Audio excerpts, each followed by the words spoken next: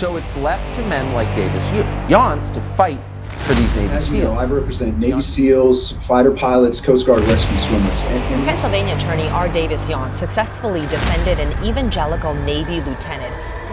Lawyer R. Davis Younts says by doing this, the military may have violated the constitutional rights of U.S. troops. You are an attorney who has successfully defended naval officers.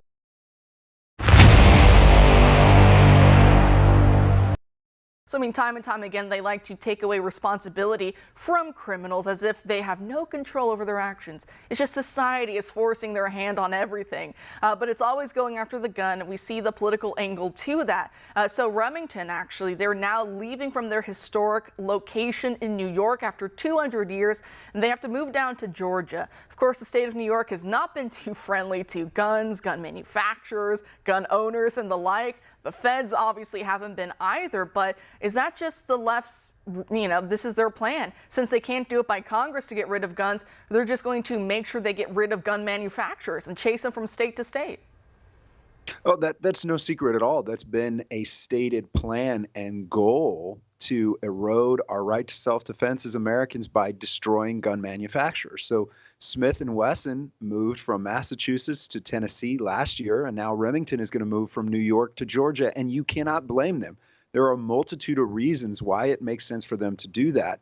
And I think that what you're seeing is not just open hostility and changes in law going back to 2021 when Cuomo was governor, to specifically target manufacturers like Remington. I mean, the state of New York is specifically targeting them to shut them down. So of course they're going to move.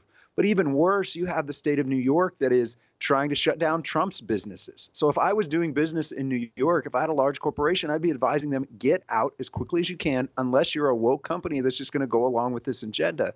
Because without a jury, a judge not only determined there was fraud, but then a judge also imposed an impossible fine on the Trump organization and banned them from doing business in New York for 3 years. So not just because it's a gun manufacturer and being targeted, but there's a larger narrative here about the state of New York being unfriendly to any business that is even potentially deemed as conservative or traditional.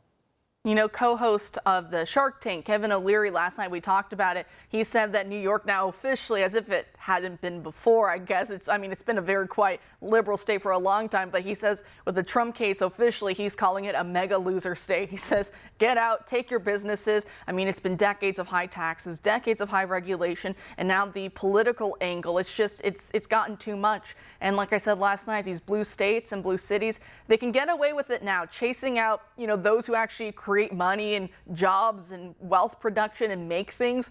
They can get away with it so long because the federal government gives them money to keep them afloat. But if we have real Republicans in charge and they cut off, that spigot of money to these areas, well, then they'd actually have to face the ramifications of them driving out business in the way that they're doing. Davis, thanks for joining us tonight.